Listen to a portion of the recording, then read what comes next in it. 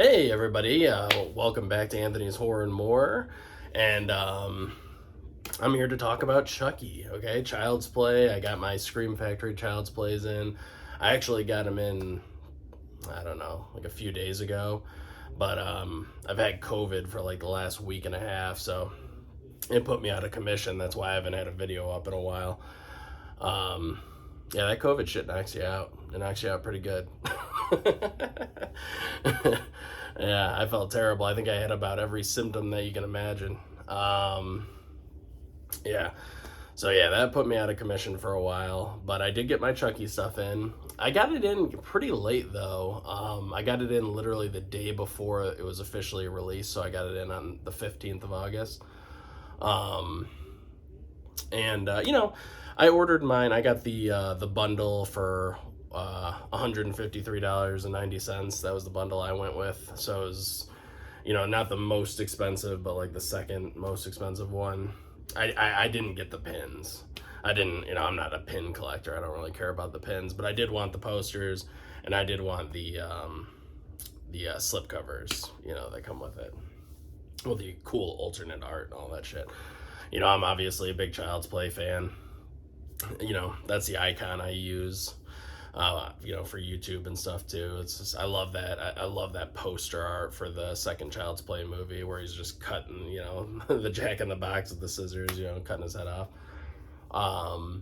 So yeah, I was really excited when Scream Factory announced those 4Ks. I was super excited when I first saw that news. And then, a few days later, they announced that there was going to be a Child's Play steelbook, a Best Buy exclusive steelbook, and I was like, oh my god, this is crazy. Because, so let's see. So here's the first Child's Play.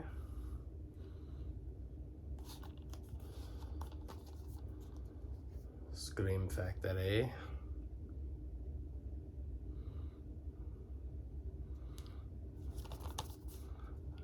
There's the inside there.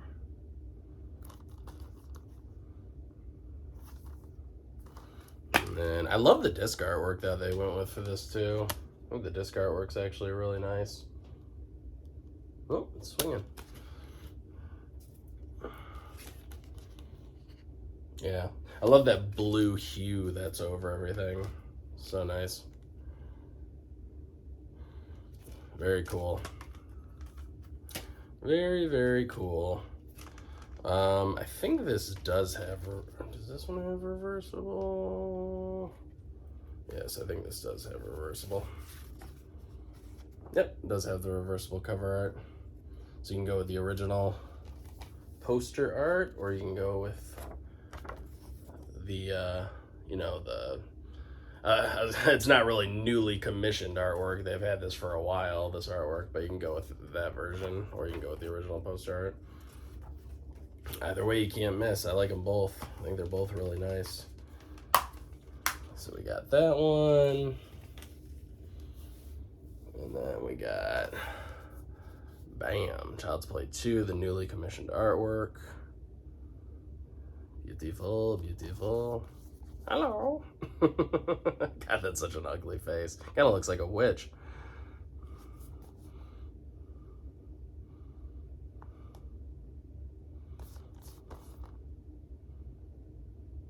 There we go. And then we got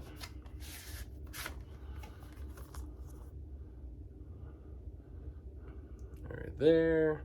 And then I do have the slipcover with the exact same image that goes on here. I put the other ones away, the other extra slipcovers, because I wanted to use the newly commissioned artwork. I just think that looks cooler. But even though I do love this classic poster, well, I don't know if this looks cooler. I mean, I'm sure a lot of people think it, but I mean, they both look great. I love both artworks, but I figure since this is newer or whatever, and I paid the extra money for it, might as well use this one. All right. So there's that. That stuff. Some cool disc artwork in there. Chucky with his bloody nose. I love that back though. That cracks me up. It looks so ugly. Let's see. There we go. Yeah, it looks so nice. Very cool, very cool. Okay. And then we have Child's Play 3.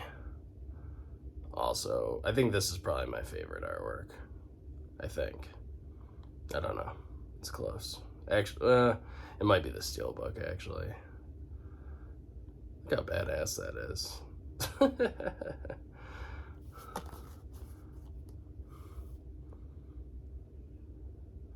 Then you got him about to give Chucky a haircut. Probably not a good idea.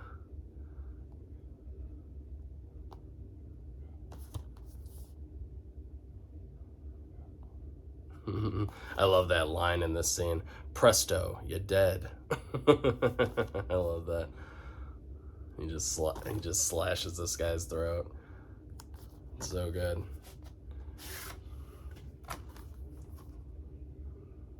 I love that artwork too. Love the original poster art.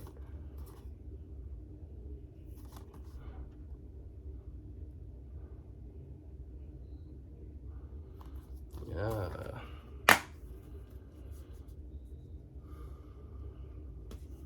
Yeah, I love these discs, man. They did a great job with the disc artwork. They killed it with that.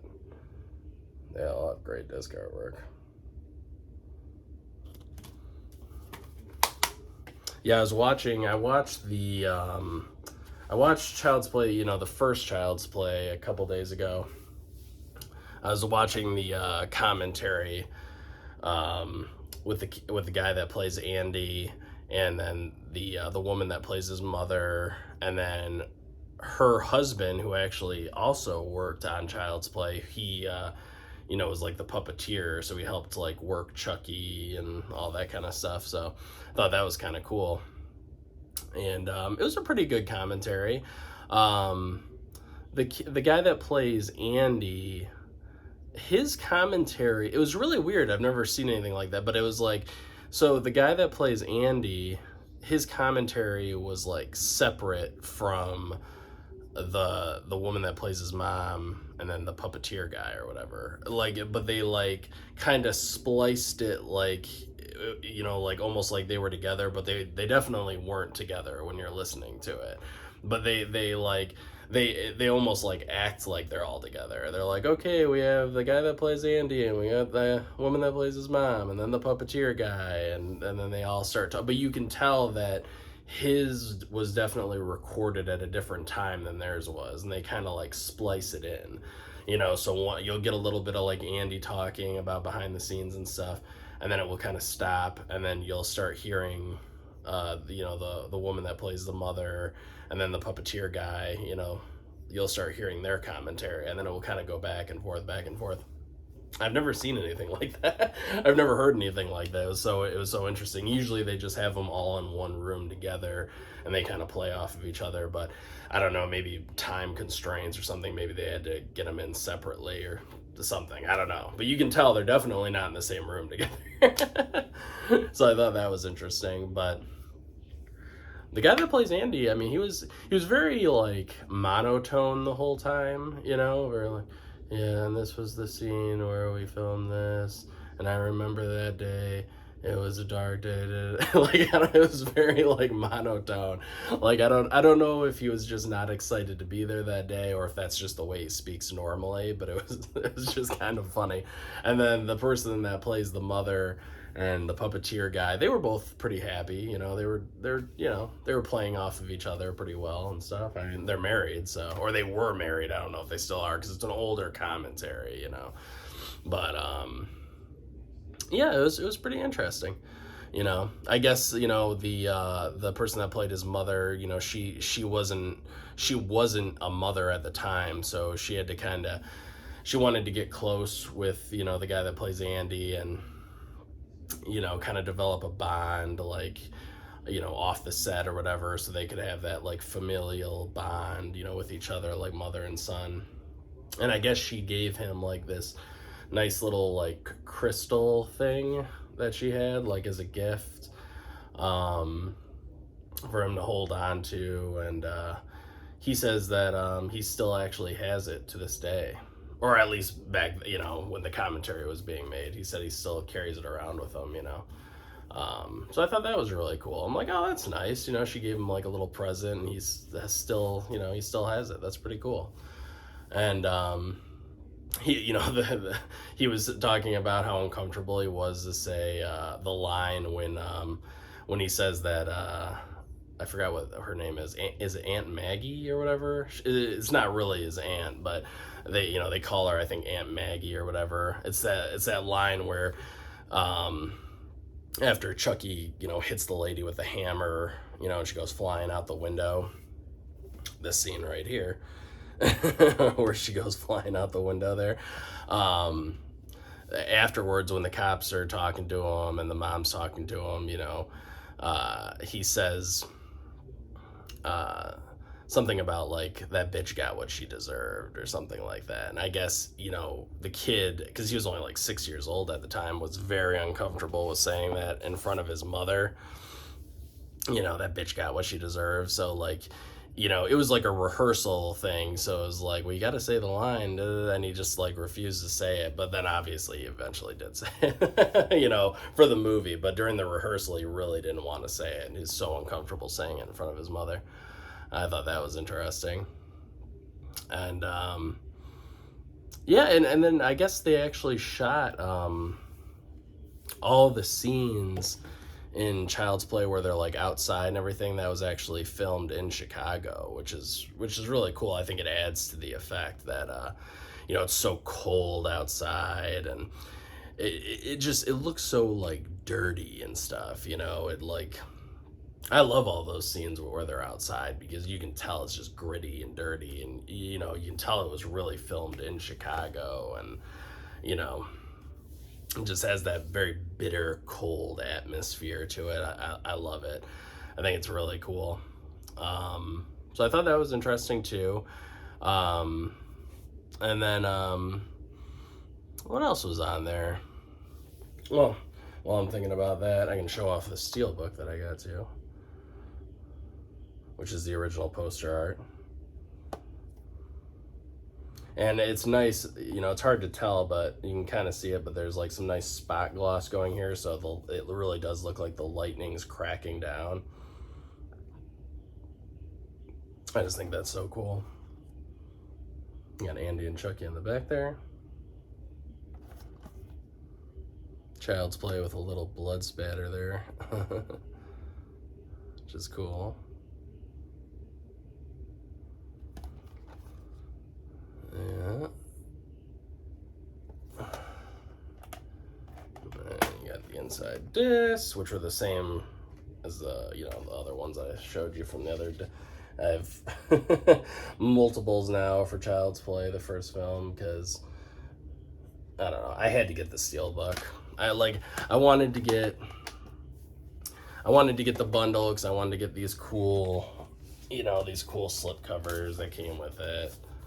So I got the bundle, which had 1, 2, and 3, and then I just had to get, when they announced the steelbook a couple days later, I had to get that too. I was like, oh my god, I can't pass on that awesome steelbook.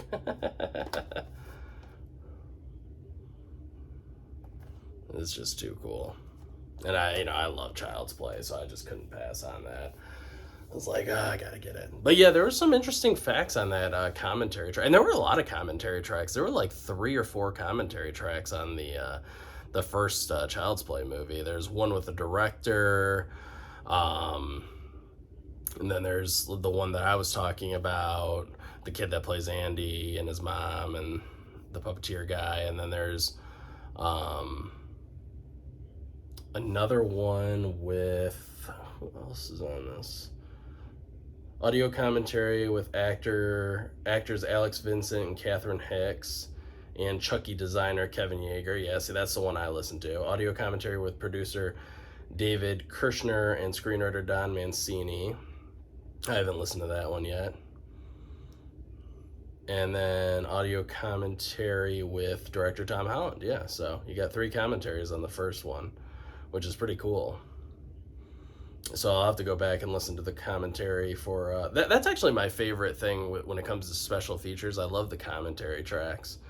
You know, some are better than others, but I do love a good commentary track. But yeah, on the one that I was listening to with Alex Vincent and Catherine Hicks, they were talking about well, actually the guy was talking about it. Chucky designer Kevin Yeager, he was talking about how they tried to make the Chucky doll look like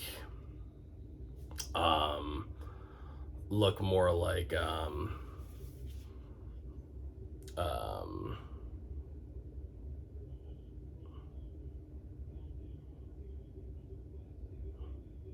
what's his name? God dang. The guy that plays my brain just like pooped out on me. What the heck is his name? Where is it at? Yeah, the guy that plays the voice of Chucky, they wanted him to Brad Dourif. Jesus Christ. See, that's how you can tell I'm still kind of sick. I can't even freaking think I'm still sick. It was gonna drive me crazy. Yeah, Brad Dourif. They were saying that they wanted to make the doll look more and more like him as he started to become more and more human. So the doll starts out with like the bright blue eyes and regular hair and stuff, and then as time progresses and he's getting trapped in that body, the hairline starts to recede a bit like Brad Dourif in real life, you know, and then the eyes become more of like a paler blue, like Brad Dourif's eyes. And it's funny because in the commentary track, that guy's talking about how like, yeah, Brad Dourif has these really dead cold eyes or whatever that just look so menacing and stuff. I'm just like, wow, what a compliment. You know, if you're watching that, if you're Brad Dourif watching that, you got these cold dead eyes like a serial killer, Brad. It was just so funny listening to like describing Brad, you know, basically saying like he looks like a serial killer. So yeah, they were talking about how they basically tried to make the doll as it was coming to life look more and more like, you know, Brad Dourif. So I thought that was very interesting. Yeah. It was a pretty good commentary track. It was a little, like I said, it was I don't know, I look forward to listening to the other ones too, just to see if, you know, what you know, everybody else, like what Don Mancini has to say and all that stuff, and Tom Holland, the director. It'd be interesting to see what he has to say too. But yeah, I mean, I love, God, this steelbook is so cool. I'm just so glad that they used the original poster art for that. It's so nice. But yeah, I'm just a huge Child's Play fan. I remember renting these movies all the time from Blockbuster when I was a kid. You know, it was just like I'd rent, it was all like the little tiny terror guys that I enjoyed renting from Blockbuster. It was like, and then later on I would actually go from Blockbuster to Family Video. Would be my next place, because Family Video was a lot cheaper than Blockbuster, so I started going there. But yeah, I would always rent the Child's Play movies. I would rent the Leprechaun movies. I love the Leprechaun movies. And then I would rent the Puppet Master movies. It was all the tiny terror guys. I'm telling you, it was all the like little guys. Critters, another little one, you know, little dudes. Ghoulies. There were just so many. There were so many of the like I didn't start getting into like Jason and Michael and Freddy and all those guys and Leatherface until like later on. I think the first Friday the 13th movie that I watched was, I think it was Jason Takes Manhattan. I think that was actually the first. I think that was the one that was on a lot when I was a kid. Yeah, I think that one was on the most. So I remember watching that one quite a bit. So I have a special place in my heart for Jason Takes Manhattan. I know a lot of people don't like that movie, but I think it's pretty good, actually. I mean, I don't know. I dig it. You know, he's got a cool look. I keep waiting for NECA to make Jason Takes Manhattan, a Jason Takes Manhattan figure, so I can put it with the rest of them. But I like his look, and it's got some cool kills and stuff too. But yeah. And then I also got the posters for Child's Play, which are pretty cool. This is actually my first time ordering directly from Shout Factory. Usually I just order off Amazon because I don't usually care about posters and stuff, but that shows you how much I love Chucky, because I wanted to get these posters, which I do intend on framing and hanging up, because I just think they look so cool. So I'm definitely gonna make a trip to Michael's or one of those places, buy some frames and hang those bad boys up, because I'm pretty excited about that. And then, yeah, I'll have to listen to the other special features on Child's Play 2 and Child's Play 3. See what those are like. You know, because I've watched the movies a million times. The transfer looked good, though, on the first one. I haven't watched the other two yet, but the first one, the transfer did look good. Yeah, really solid. You know, I just... Brad Dourif is just such a great actor, too. God, he's done so many roles. I mean, he was in The Exorcist 3. He was in Rob Zombie's Halloween and Halloween 2. You know, which I know those aren't people's favorite movies. I've actually only seen Rob Zombie's Halloween 1 and 2 once. I've only seen each of the movies once. And I saw them both in theaters, actually. And I wasn't that big of a fan. But I want to go back and rewatch them again, because... it's been so long that I feel like, I don't know, I'll give them another shot. You know, I'll go back and rewatch them. I'll probably skip the first, like, opening 30, well, what was it, like 20 to 30 minutes, you know, of, like, in the first, you know, Rob Zombie's Halloween, where it's like, you know, his shitty family life and all that stuff. I hate all of that. That's the part of the movie I hate. So I might just skip that stuff and then just go right into it afterwards, because I just hate that. I hate that whole backstory for him. But yeah, Brad Dourif, and he was even good in Alien Resurrection, which I know not a lot of people are a big fan of either, but I think Alien Resurrection's actually pretty good. It kind of reminds me of, like, Firefly, the TV series, meets, like, Alien. You know, you got this crew of misfits or whatever, and then they get trapped on board with the aliens that get loose, and they just start picking them off one by one. But they're, you know, you got Ron Perlman's in there, and I think it's pretty fun. I don't know. I like Alien Resurrection. I really do. I think it's actually pretty good. I enjoy it. But yeah, Brad Dourif plays like a scientist in that movie. He's just so good. God, he's such a talented actor. It's a shame. I wish he would do more stuff. You know, I mean, I know he's done quite a bit. He was even in Urban Legend. He's in the opening scene of Urban Legend. Someone's in the back seat. You know, that whole thing. I love that. Such a great actor. Really is. Yeah, so that's interesting. I also got this new shirt, this Venom shirt, which I thought looked pretty badass. Gonna show that off. It's like half purple, half black, and then it just looks so cool.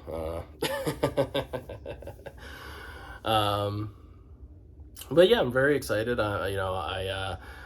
Ordering from Scream Factory for the first time, I guess it was a pretty pleasurable experience. I think they could have, you know, I ordered my stuff like literally the day it was announced, and, you know, and then over the course, you know, over the course of the last couple of weeks, I started seeing other people get theirs in like super early, and I was like, God, man, where's mine at? You know, like, I'm like, where the hell is mine at?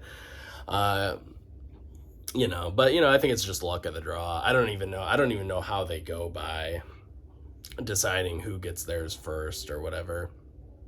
But I was like, God, every time I had to watch an unboxing video, somebody would watch, I'm happy for them. I'm glad they got theirs in early, but I'm just thinking, like, God, where the hell is mine at? Because I started worrying. I'm like, because it's my first time ordering directly from Scream Factory. I'm like, God, I hope it's not lost in the mail or something stupid happened, you know.